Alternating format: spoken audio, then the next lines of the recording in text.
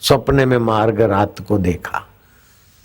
तो जैसे बच्चे को माँ धुतकार देती है, फिर बच्चा खिंच खिंच के माँ तरफ आता है, और कभी माँ को बच्चा मुक्के मार के रूठ के चला जाता है, बेटा खा ले खा ले, नहीं खाना है, मैं तुम्हारे घर में नहीं आऊंगा। स्कूल जाता है पैर पटकता पटकता, बैठा है, रिसेस होने के पहले माँ पहुंच जाती, मास्टर साहब, अरे माई रुको रुको, अरे मेरा बेटा ऐसे ही निकला है, बेटा नहीं खाना है, बेटा तू नहीं खाएगा तो मैं कैसे खाऊंगा।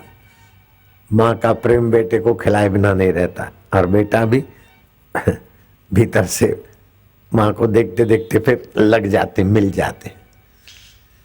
प्रेम स्वतः सिद्ध जीव प्रेम स्वरूप परमात्मा का अभिन्न अंग है, जैसे समुद्र का अथवा पानी का अभिन्न अंग तरंग है। कोई भी तरंग आपको सड़क पे दौड़ती हुई मिले तो मुझे बताना, मैं आपका चेला बन जाऊंगा। जब भी तरंग दौड़ेगी पानी पे ही दौड़ेगी, सड़क पे तरंग नहीं दौड़ेगी। दौड़ेगी क्या? नहीं दौड़ेगी। ऐसे जो पूर्णा होता है, जो विचार आते हैं, संकल्प विकल्प होते हैं, वो चैतन्य स्वरूप परमात्मा प्रेम स्वरूप से उठते हैं। लेकिन वो प्रेम जब देखने, सूंघने, चखने, स्पर्श करने 5 विकारों में भटकता है, अथवा मान बढ़ाई में भटकता है, अथवा आराम में, शारीरिक तामसी आराम में भटकता है, तो वो प्रेम तबाही की तरफ ले जाता है। भगवान राम के गुरुदेव कहते हैं कि राम जी 3 वस्तु बड़ी हितकारी है, और वही 3 वस्तु बड़ी अनर्थकारी है। एक तो यौवन, दूसरा स्वास्थ्य, और तीसरी संपदा। अगर इसका सदुपयोग प्रेमास्पद के लिए किया जाए तो परमात्मा की प्राप्ति यूं होती है। अगर इंद्रियों के द्वारा संसार के सुखों में किया जाए तो जीव दुखों की खाई में जा गिरता है। जैसे ऊंट कंटक के वृक्ष से कंटक के वन में पहुंच जाता है, ऐसे ही जीव जन्म से जन्मांतर की चक्रकाई में पहुंच जाता है। राजा नृग बड़ा प्रसिद्ध था, लेकिन मरने के बाद किरकिट हो गया। प्रेम शरीर में था, प्रेम भोगों में था। राजा अज मरने के बाद सांप हो गया। अमेरिका का प्रेसिडेंट इब्राहिम लिंकन मरने के बाद उसके नाम की संस्था, सरकारी संस्थाएं कई में अमेरिका में देख कर आया।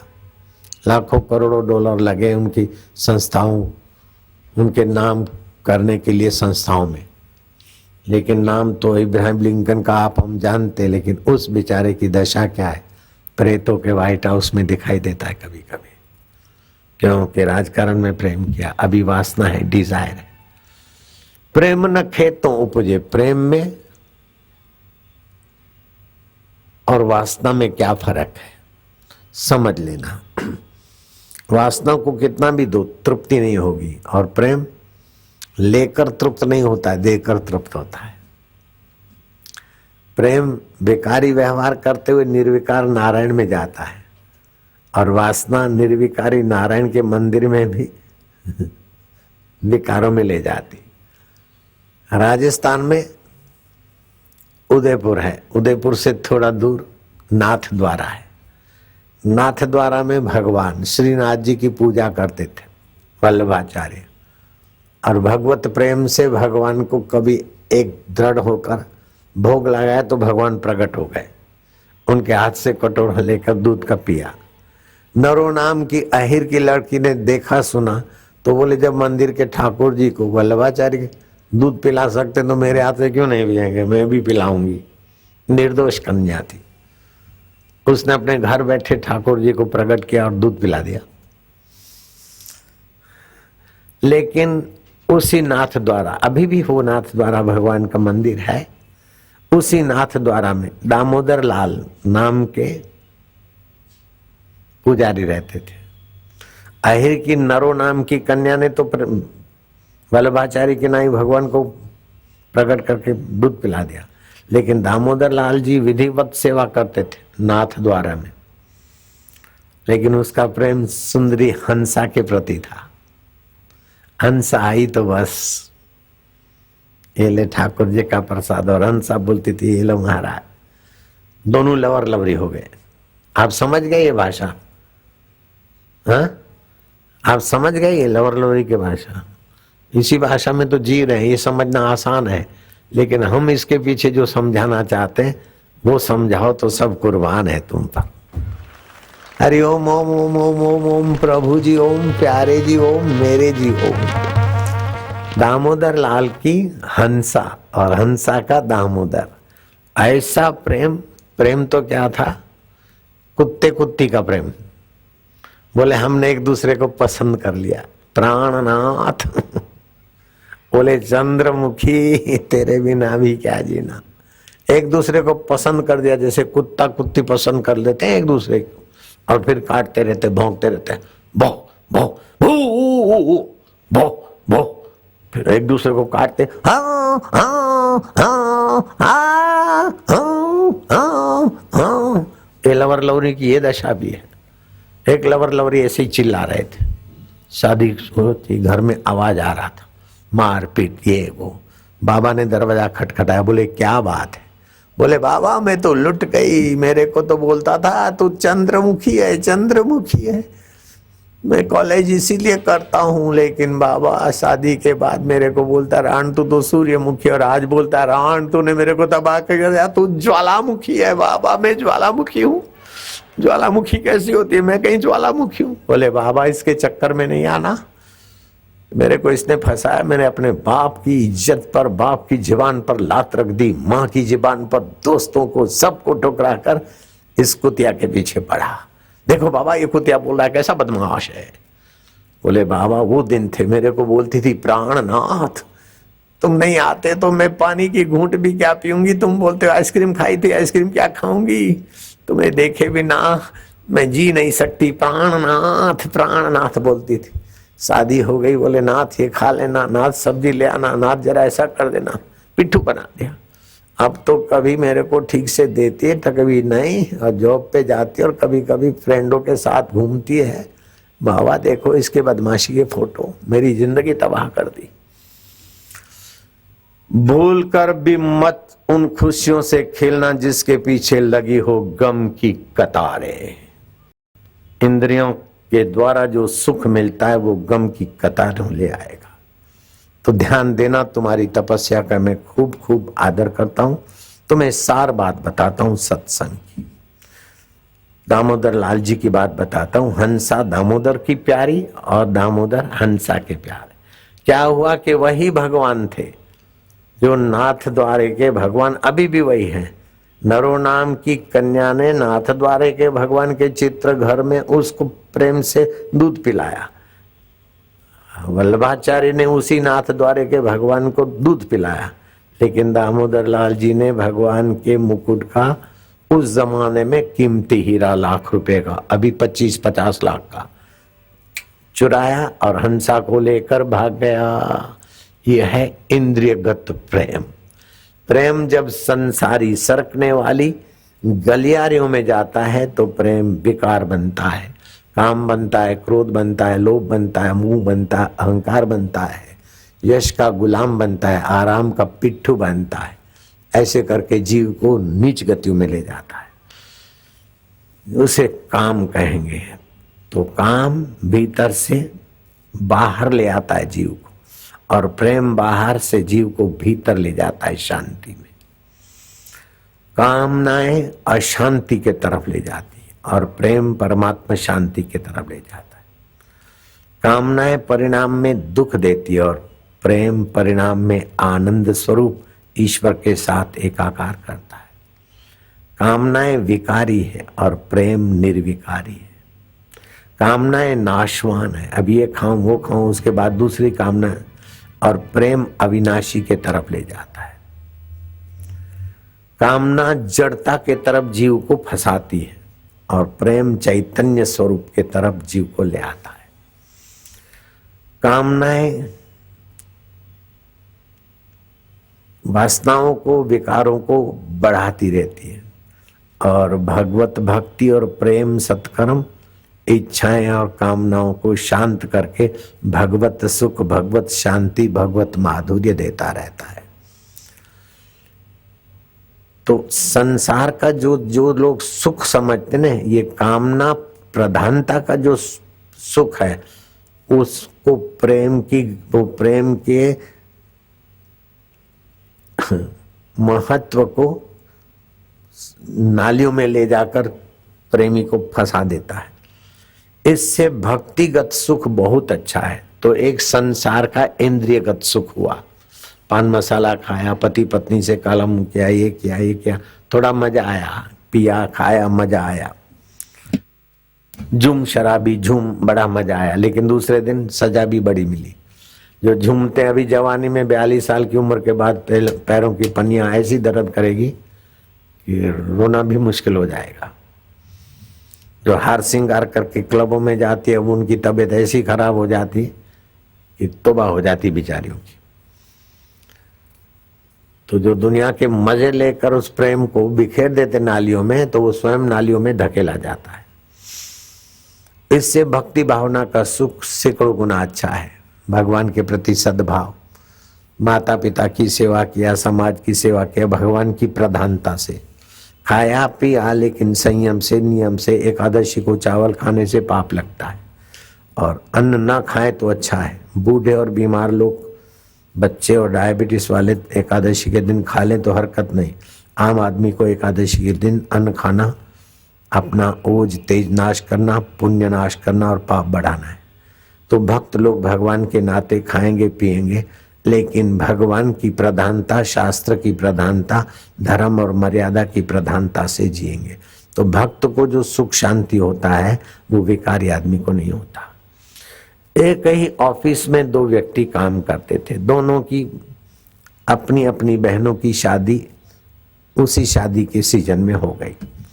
एक की बहन ससुराल से दुखी होकर भाई के घर पड़ी और दूसरे की बहन भी भाई के घर आई। एक भगवत भक्ति वाला प्रेमी है और दूसरा संसार का कामी।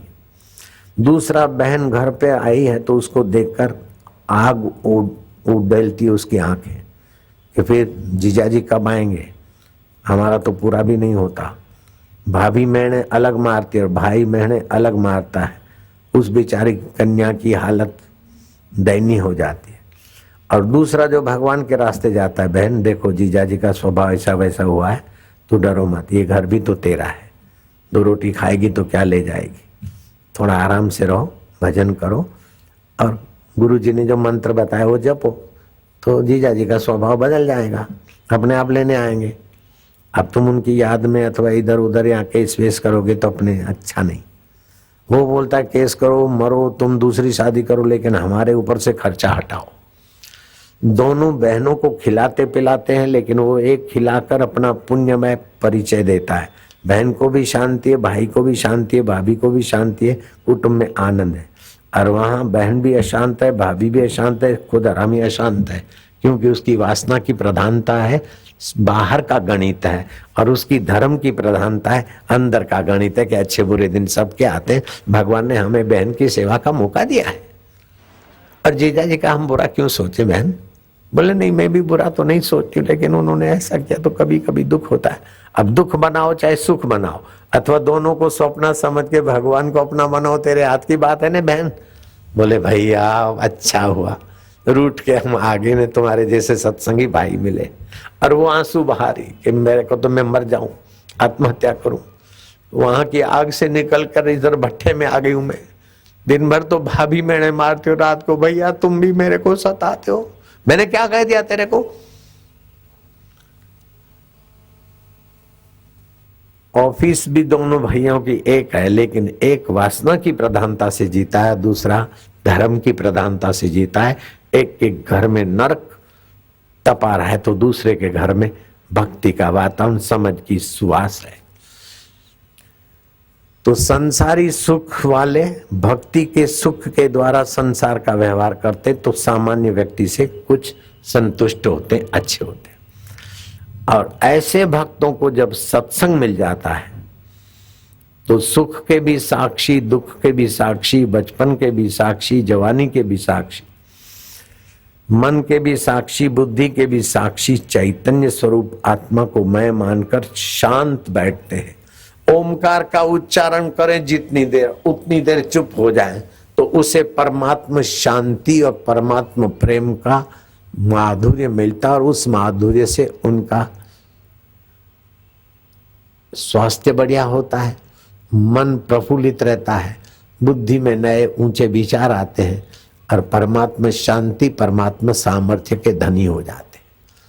वो प्रेम जो संसार में डालते हैं वो नोचे जाते हैं, जो भक्ति भाव में डालता है वो ठीक ठीक कभी इधर कभी उधर, लेकिन बहुतों से सुखी है।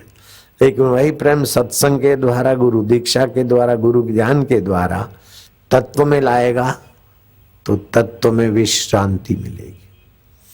आप 15 मिनट परमात्मा के नाम का उच्चारण करो, जितनी देर उच्चारण किया उतनी सेकंड बैठ जाओ चुप, धीरे धीरे विश्रांति योग होगा।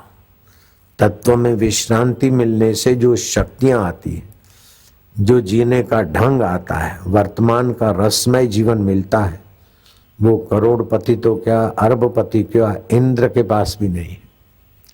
यत पदम प्रेप्सवो दीना शक्रादय सर्वदेवता अहो तत्र स्थितो योगी हर्षम न उपजायते। जिस पद को पाए बिना इंद्र भी अपने को कंगाल मानता है, उस आत्म पद को पाकर आत्मवेता अहंकार नहीं करता है। ये भी आश्चर्य है। इंद्र बोलता है कि मुझे सुख लेना है तो अप्सराएं नाचे, गंधर्व गाए, साजी साज मिलाए, तब सुख मिले। लेकिन ये परमात्मा में विश्रांति पाए, परमात्मा प्रेम में थन गनाते महापुरुष जहां आते हैं और नजर डालते हैं तो माहौल प्रेममय हो जाता है, सुखमय हो जाता है। ये कैसा है उनका उपस्थिति मात्र। तो उस परमात्मा विश्रांति पाए हुए व्यक्ति को स्वास्थ्य के लिए टॉनिक नहीं खानी पड़ेगी, विद्या के लिए पोथे नहीं पढ़ने पड़ते, और खुशी के लिए चैनलें नहीं बदलनी पड़ती है, फैशन नहीं बदलना पड़ता है, गांव या घर नहीं बदलना पड़ता। वो जहां जाएगा अपने आप की तृप्ति में सबको तृप्त करता रहेगा। वो तत्वज्ञानी, और तत्वज्ञान के बाद विशेष उसमें लगा रहे तो नित्य नवीन प्रेम परमात्मा का छलकेगा उसकी आंखों के द्वारा, उसकी वाणी के द्वारा। उसको छूकर जो हवाएं लगेगी वो हवाएं भी सुख, शांति, माधुर्यता देगी। इसीलिए गुरुवाणी ने कहा, साध जना मिल हर जस गाइए, संतों से मिलकर हरि का जस गाना चाहिए। ओधव संत मोहे अति प्यारे। तो गोपियों में वो प्रेम रस्ता श्री कृष्ण छछन भरी छाछ के लिए वहां नाच लेते। शबरी भीलन को मतंग गुरु का सत्संग कृपा मिली, सेवा मिली। शबरी भीलन का प्रेम भरा जीवन था। रामचंद्र जी उसके झूठे बैर खाते। रावण के पास इतनी संपदा थी कि आज किसी राष्ट्र के पास वो नहीं है। सभी पार्टी वाले अपने अपने वोटरों को रिझाते फिरते, ये कर देंगे वो कर देंगे, लेकिन बिटुआ रावण जैसी सोने की लंका नहीं बना के दे सकते हो। अरे तुम तो हाउस टैक्स भी माफ नहीं करा सकते हो जयराम जी। ये गंदी सड़कें भी सब की सब ठीक नहीं करा सकते हो। वोट लेने के समय तो न जाने क्या क्या बोल के गए, लेकिन सड़कों की गंदगी यहाँ मध्य प्रदेश में तो आज मैंने देखा वो ट्रक डस्ट उठा रहे। मुझे बड़ी प्रसन्नता हुई कि यहाँ सफाई है। लेकिन अभी हम लोनी से आए, उत्तर प्रदेश का हिस्सा है लोनी, बॉर्डर पे है। तौबा रे तौबा, जिसने नरक नहीं देखा हो तो लोनी में जाके देख ले। लोनी वाले को कभी नरक नहीं हो सकता। नालियां खुली, लोनी दिल्ली से सटा हुआ है। दिल्ली हवाई अड्डे से 35 किलोमीटर, अपने आश्रम से 20, और जमुना पार से 5-7 किलो, बट बॉर्डर है, दिल्ली का बॉर्डर है।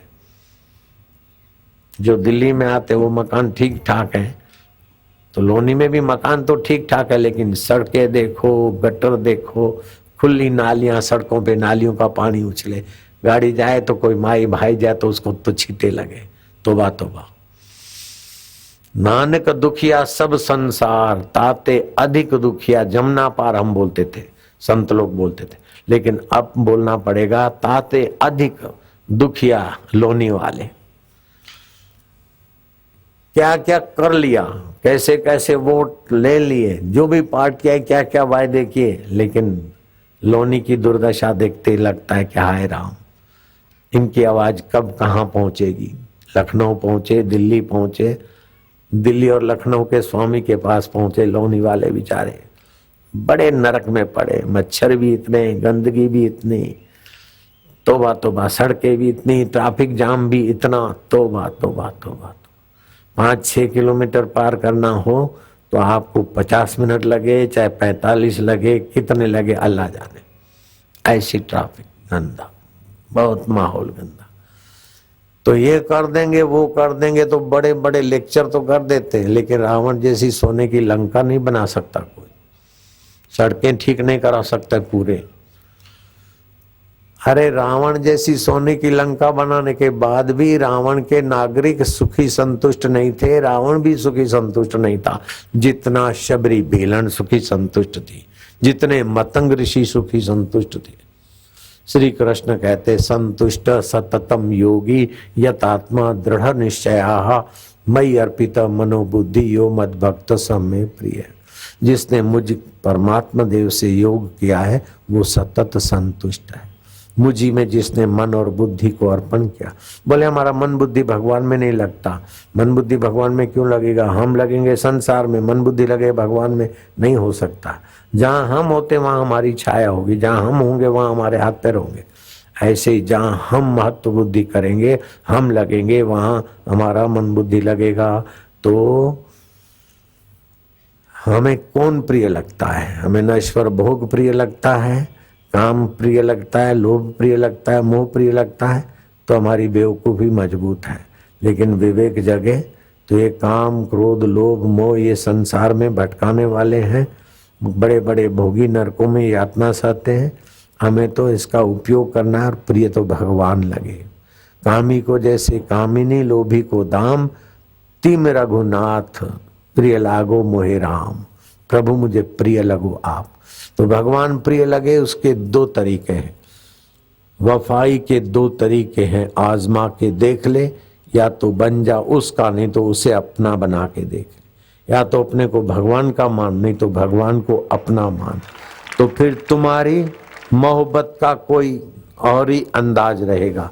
तुम्हें उस पर नाज रहेगा तो उसे तुम पर नाज रहेगा कि सुबह इसको संकल्प होने वाला है तो रात को किसानों को रास्ता दिखा देता है। कैसी उसकी लीला है। हमारे मन में तो सुबह आया तूफान, और उस प्यारे को तो पता ही चल गया कि सुबह तूफान उठेगा। आशाराम महाराज को मैं कहीं नहीं जाऊंगा, यहीं बैठ के खाऊंगा। तो चलो किसानों को स्वप्न दिखाने का काम अभी से कर लेता हूं। वो कैसा नियता है, कैसा प्रेमास्पद है, कैसा प्रेमियों के आने वाले संकल्पों की पूर्ति करने में तत्पर रहता है। मधुसूदन महाराज को भी भगवान साकार रूप में मिले थे। तो जो उपासना करता है वो उसको भगवान साकार रूप में मिल सकते हैं। जो धर्म का अनुष्ठान करता है उसकी बुद्धि में भगवान धर्म लाभ करा देते हैं। लेकिन जो भगवान के स्वरूप को जानता है उसको भगवान अपने साथ एकम एक कर देते हैं। तो भगवान का स्वरूप एक होता है, दूसरा भगवान का स्वभाव होता है, तीसरा भगवान के गुण होते हैं, और चौथा भगवान की आदत होती है। इन चारों में से किसी को भी पकड़ लो काम बन जाएगा। भगवान की आदत क्या है? भगवान का स्वभाव क्या है? भगवान के गुण क्या है? भगवान का स्वरूप क्या है? ये कल समझ लेना। फिर तुम्हारे पास प्रेम है, चाहे उसके गुण में लगाओ, उसकी आदत में लगाओ, उसके स्वरूप में लगाओ, काम बन जाएगा। अभी तुम लोग क्या करोगे? आरती करोगे। ओम जय जगदीश हरे स्वामी, जय जगदीश हरे।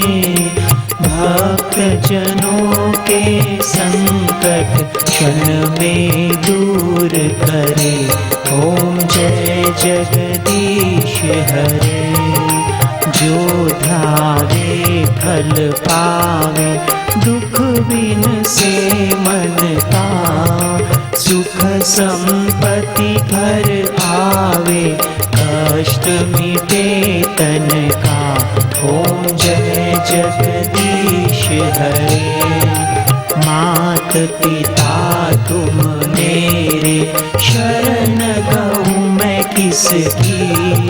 तुम बिन और न दूजा, आस करूँ मैं जिसकी। ओम जय जगदीश हरे। तुम पूरन परमात्मा तुम अंतर्यामी, पार ब्रह्म परमेश्वर तुम सबके स्वामी। ओम जय जगदीश हरे। तुम करुणा के सागर तुम पालन करता, मैं सेवक तुम स्वामी कृपा करो भरता। ओम जय जगदीश हरे। तुम हो एक अगोचर सबके प्राणपति, किस विध मिलऊं दया मैं तुमको मैं कुमति। ओम जय जगदीश हरे। दीन बंधु दुख हरता तुम ठाकुर मेरे, अपने हाथ उठाओ द्वार पड़ा तेरे। ओम जय जगदीश हरे। विषय विकार मिटाओ पाप हरो देवा, श्रद्धा भक्ति बढ़ाओ संतन की सेवा। ओम जय जगदीश हरे। तन मन धन सब है तेरा स्वामी, सब कुछ है तेरा, तेरा तुझको अर्पण क्या लागे मेरा। ओम जय जगदीश हरे। कर्पूरगौरं करुणावतारं संसार सारं भुजगेन्द्रहारं, सदा वसन्तं हृदयारविन्दे भवं भवानी सहितं नमामि। मंगलम भगवान विष्णु मंगलम गरुड़ध्वज मंगलम पुंडरीकाक्षाय सर्वमंगलाय तनो हरि। उमा राम स्वभाव जय जाना, ताहि भजन तजी भावन आना। अंतर्यामी राम का स्वभाव जिसने जान लिया थोड़ा भी, उसका भजन किए बिना वो किसी भी अवस्था में रुकेगा नहीं, किसी विकार में फंसेगा नहीं। भगवान से दिल लगी करो। भगवान आप सर्वसमर्थ हो, ये हमने मान लिया, लेकिन दो बातों में आप असमर्थ हो। जीव का बुरा आप कर नहीं सकते, भले नरकों में भेज के भी उसका भला करोगे, आप बुरा किसी का नहीं कर सकते। माँ तो आवेश में अज्ञान में आकर बेटे का बुरा कर देगी, लेकिन आप किसी का बुरा नहीं कर सकते और किसी को अपनी सृष्टि से बाहर नहीं निकाल सकते। और भी चाहिए तो मैं आपकी वीक पॉइंट बता दूं महाराज। अगर भगवान का स्वभाव जानना है तो जानो, नहीं तो भगवान के साथ छेड़खानी करो तो ऐसे ही स्वभाव है, कैसे भी उनके साथ संबंध जोड़ दे उसका भला करते, ये स्वभाव है भगवान का। तो आप भक्ति ना कर सको तो कम से कम भगवान के साथ छेड़खानी कर लो। भगवान आप हमारा अमंगल नहीं कर सकते हो बोलो, और हमको अपनी सृष्टि से बाहर नहीं निकाल सकते हो।